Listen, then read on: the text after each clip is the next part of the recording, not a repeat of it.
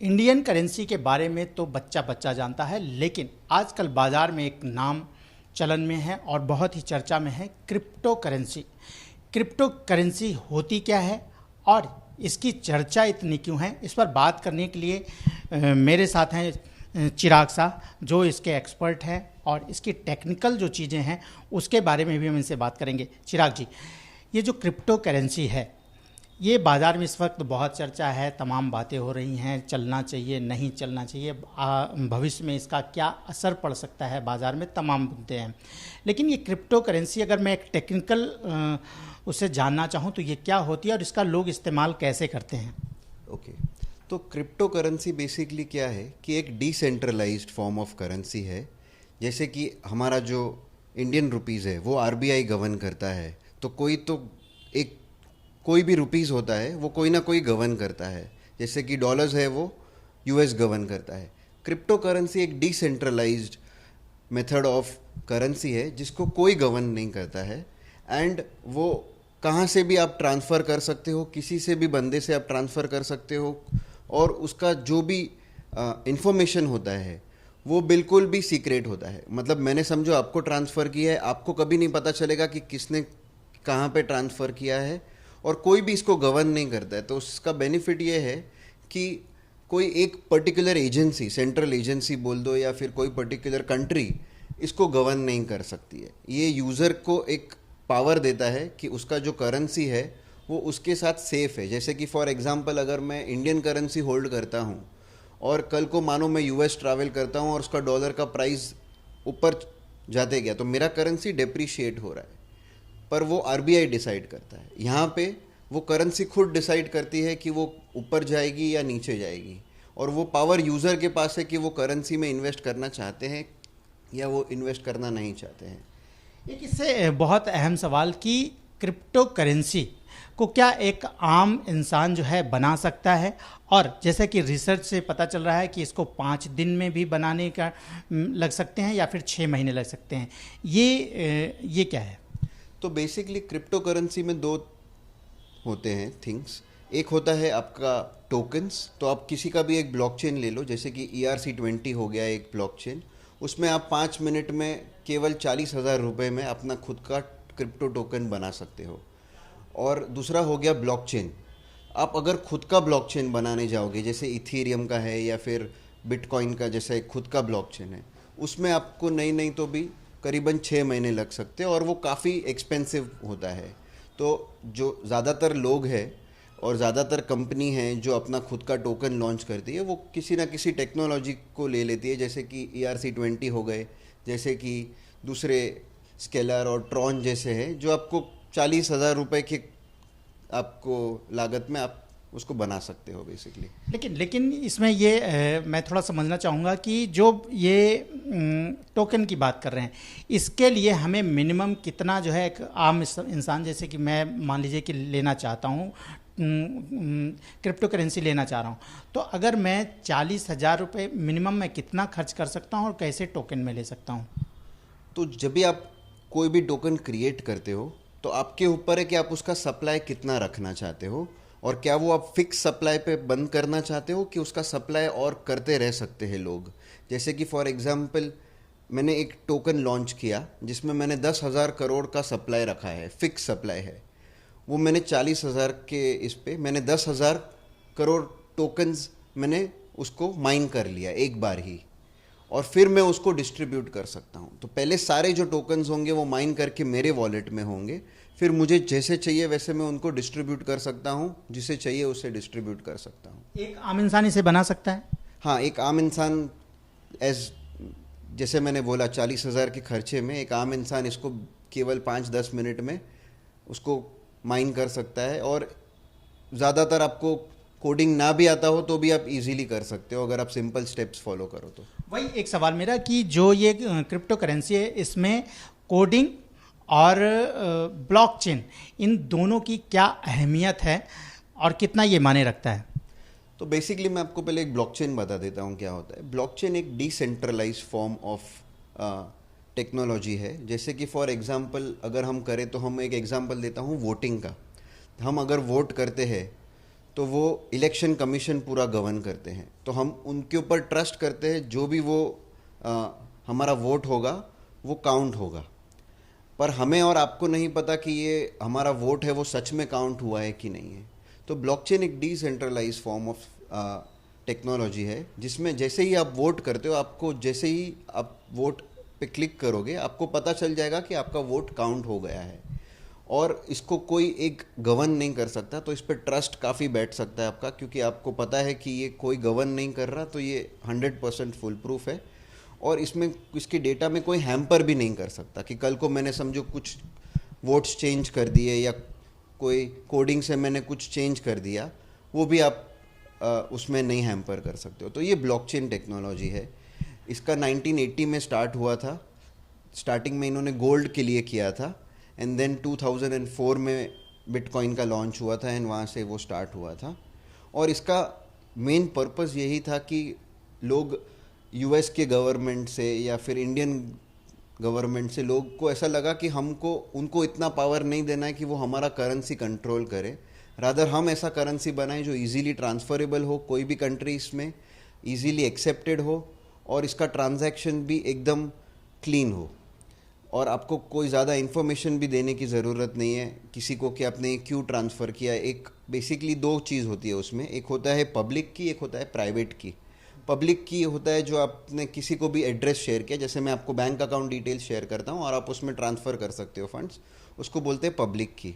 Private की होता है कि हर एक पब्लिक की एक प्राइवेट की होती है जो आपके पास ही होगी, तो आप वो कॉइन्स आपके डेटाबेस में स्टोर कर सकते हो या आपके हार्डवेयर में भी आप उसको स्टोर कर सकते हो बेसिकली। लेकिन क्रिप्टो करेंसी को लेकर के तमाम सवाल उठ रहे हैं। मेरा सवाल आपसे यह है कि इसके फ़ायदे क्या हैं और नुकसान क्या हैं भविष्य में? देखो, अगर मैं आपको फ़ायदे कहूँ तो क्योंकि ये डिसेंट्रलाइज है तो किसी के हाथ में अथॉरिटी नहीं रहेगा। अभी जैसे कि यूएस गवर्न करता है, यूएस डॉलर, और पूरा वर्ल्ड उसके हिसाब से फॉलो करता है।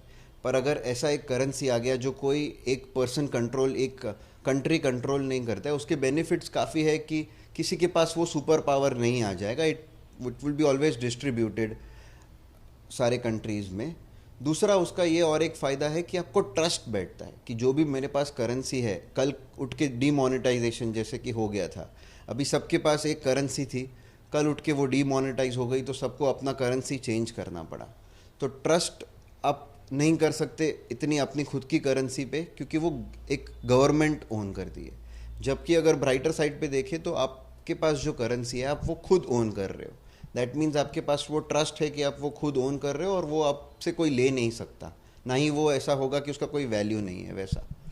ये तो फ़ायदे हुए, लेकिन नुकसान इसके क्या क्या हैं? नुकसान एज अ ब्लॉकचेन टेक्नोलॉजी के काफ़ी नुकसान है एनर्जी कंजम्पशन को लेकर।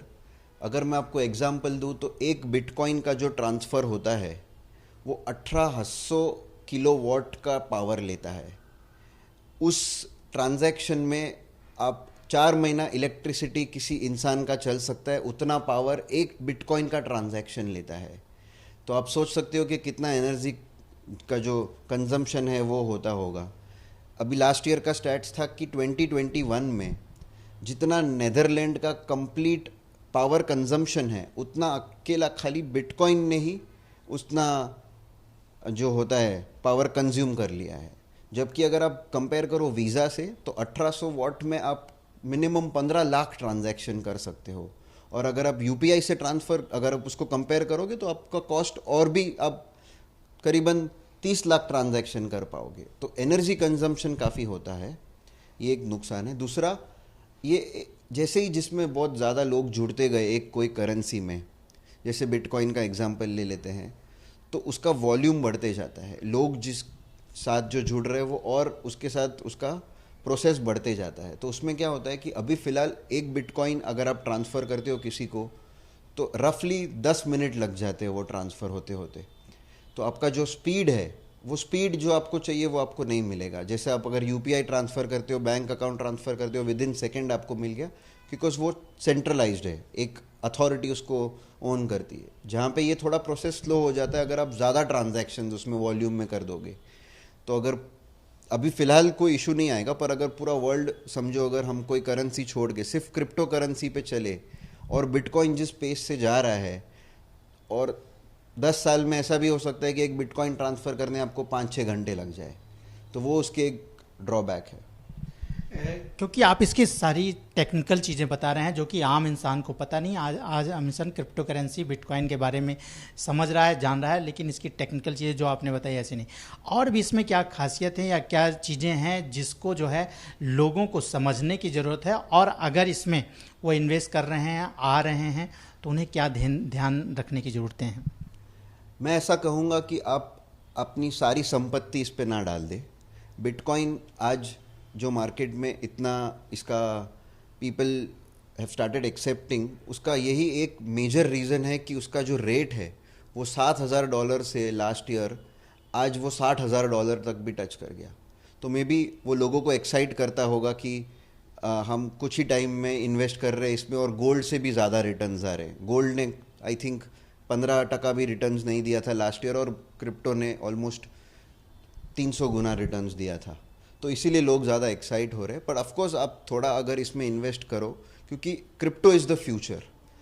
आगे जाके 10 साल में, 15 साल में सारी गवर्नमेंट चाहेंगी कि कोई एक कंट्री सुपर पावर ना बने और ऐसे डिसेंट्रलाइज्ड करेंसी हो जो पूरे वर्ल्ड में कहाँ पे भी एक्सेप्टेड हो। यूजुअली लोग इजीली उसको ट्रांसफ़र कर सके, लोग इजीली उसके साथ ट्रेड कर सके और वो वर्ल्ड ओवर एक्सेप्टेड हो। तो crypto currency is of course the future. पर कौन सी क्रिप्टो करेंसी फ्यूचर होगी वो आप और मैं नहीं बता सकते। जैसे कि बिटकॉइन है, आज बिटकॉइन आगे जाके वो कंटिन्यू रहेगा जिस स्पीड से है, या कोई और करेंसी आके सारा कुछ जनरलाइज कर लेगी, तो वो हमको नहीं पता। तो वो रिस्क फैक्टर ज़रूर है। Of course crypto currency is the future, पर उसमें एक रिस्क फैक्टर रहता है कि कौन सी करेंसी फ्यूचर होगी। तो मैं ऐसा मानता हूँ कि आप जितना गोल्ड को ट्रस्ट करते हो उतना आप उसको ट्रस्ट नहीं कर सकते, पर ऑफकोर्स इट्स अ फ्यूचर, सो आप थोड़ा इन्वेस्ट करके रखें ताकि इसमें अच्छे रिटर्न्स आप ले सकते हो। लेकिन एक वजह हम देखते हैं कि अभी जो है गवर्नमेंट इस पे जो है बैन लगाने की बात कर रही है, और उनका कहना है कि अगर इस तरह से क्रिप्टो करेंसी को मान्यता मिल गई तो फिर हमारी जो देश की इकोनॉमी है वो जो है बहुत ही डिस्टर्ब हो सकती है। क्या आप इस बात को मानते हैं? मैं गवर्नमेंट से सहमत हूँ, क्योंकि आज गवर्नमेंट के पास कोई डेटा नहीं है। आज आई थिंक इंडिया में 10 से ज़्यादा एक्सचेंजेस हैं और करीबन 2 करोड़ लोग हैं जिन्होंने क्रिप्टो में इन्वेस्ट किया, और लास्ट आर्टिकल के हिसाब से 6 लाख करोड़ रुपए ऑलरेडी इन्वेस्ट कर चुके हैं लोग। तो मैं ऐसा मानता हूँ कि गवर्नमेंट का ये एक थ्रेट है, क्योंकि कोई भी जो डेटा है वो गवर्नमेंट के साथ शेयर नहीं हो रहा है। कौन कितना क्रिप्टो खरीद रहा है, उस पर क्या रिटर्न्स मिल रहे हैं और उसके साथ क्या हो रहा है। जैसे उन्होंने बोला कि टेरर फंडिंग उससे हो रहा है, शायद जो भी और भी ब्लैक के जो बिजनेसेस है वो शायद इस पे चल रहे हो। तो गवर्नमेंट को as a government, central government को crypto currency as a asset से कोई इशू नहीं है, पर उसके यूज़ से इशू है। तो आई थिंक जो भी नेक्स्ट बजट में वो पेश करेंगे वो यही करेंगे कि इसको रेगुलाइज कर देंगे, इसके ऊपर टैक्स लेके आएंगे। जैसे सेबी है जो गवर्न करती है इक्विटी मार्केट, वैसी कोई एक बॉडी आ जाएगी क्रिप्टो के लिए जो वो पूरा मार्केट गवर्न करेगी, जहाँ पे लोगों का डेटा, हर एक एक्सचेंज को लोगों का डेटा शेयर करना पड़ेगा, किसने कितना क्रिप्टो खरीदा, और जो भी उस पर जो प्रॉफिट बना रहे उस पर short term gain capital tax उसको पे करना पड़ेगा। तो आई थिंक सो गवर्नमेंट का ये इंटेंशन नहीं है कि वो क्रिप्टो को बैन कर दे, क्योंकि कोई भी कंट्री, अब कोई भी कंट्री पे चले जाओ, कोई भी कंट्री क्रिप्टो बैन नहीं कर सकती, क्योंकि वो इतना ओपनली अवेलेबल है in the market through out the world कि आप कहाँ पे भी पैसे ट्रांसफ़र कर दो और वहाँ से आप बिटकॉइन खरीद सकते हो। तो अगर वो गवर्नमेंट बैन करेगी तो वो काफ़ी देश का पैसा वो बाहर चला जाएगा और बाहर की कंपनी में इन्वेस्ट हो जाएगा, जिसका गवर्नमेंट के पास ना ही कुछ डेटा होगा। तो प्रॉब्लम जो अभी है वो शायद प्रॉब्लम सेम कंटिन्यू होगी। पर अगर इसको रेगुलराइज कर दे, उसके जो एक्सचेंजेस हैं उनको सारा डेटा अगर शेयर करना पड़े गवर्नमेंट के साथ, सो दैट दे उनको पता चले कि किस इंसान ने कितना ख़रीदा है क्रिप्टो, और जो ज़्यादा प्रॉफिट कर रहा है उस पर वो short term gain capital tax कर देगी। तो इससे रेगुलाइज भी हो जाएगा, एज एन इंडस्ट्री भी ग्रो होगी, और क्रिप्टो एज अ फ्यूचर है। अगर हम उसको फ्यूचर टेक्नोलॉजीज़ को अभी से अगर हम बैन कर दें तो वो काफ़ी फ़ायदेमंद नहीं होगा India as a developing nation के लिए। और भी कुछ कहना चाहेंगे क्रिप्टो करेंसी के बारे में, उसके कुछ भी? तो क्रिप्टो करेंसी मुझे ऐसा लगता है कि आज के ज़माने में जहाँ पे लोग ज़्यादा ग्लोबलाइजेशन हो रहे हैं, ट्रेड्स हो रहे हैं ग्लोबली, अगर आप देखोगे बैंक के मेथड्स जो इतने इजी नहीं है, अगर आप ट्रेड्स कर रहे हो बाहर की कंपनीज़ के साथ, अगर आप बाहर की कंपनीज़ के साथ बिजनेस कर रहे हो और आपको अगर मल्टीपल करेंसीज है कंट्रीज़ में, तो आपको अगर हमेशा आप कोई अलग कंट्री में ट्रैवल करो, आपको नया कंट्री का करेंसी खरीदना पड़ता है और वहाँ की करेंसी के हिसाब से आपका सारा चेंज हो जाता है। एक सेंट्रल करेंसी अगर आ गई पूरे वर्ल्ड में तो आपको बेनिफिट्स भी बहुत सारे हैं, जैसे कि आपको एक आप अर्न कर रहे हो, आपको पता है कि हर एक कंट्री में वो एक्सेप्टेड होगा, हर एक जगह पे आप उसका यूज़ कर सकते हो। आप बिजनेस भी करो अगर, तो फंड्स ट्रांसफ़र करना और फंड्स रिसीव करना काफ़ी इजी हो जाएगा, जिससे आपका इकोनॉमी बूस्ट होगा बेसिकली। तो क्रिप्टो करेंसी के बारे में तमाम टेक्निकल चीज़ें बताते हुए ये थे चिराग शाह, और इन्होंने बताया कि क्रिप्टो करेंसी एक आम इंसान भी कैसे बना सकता है, कैसे इन्वेस्ट कर सकता है और उसका नफ़ा क्या है और नुकसान क्या है। तो आप जब भी क्रिप्टो करेंसी के बारे में अगर सोच रहे हैं, कुछ इन्वेस्ट करना चाहते हैं, तो इन सारी बातों को ज़रूर ध्यान रखें कि भविष्य में उसके नुकसान क्या और फ़ायदे क्या हैं। कैमरामैन जावेद के साथ राजेश त्रिपाठी, एबीपी न्यूज़, मुंबई।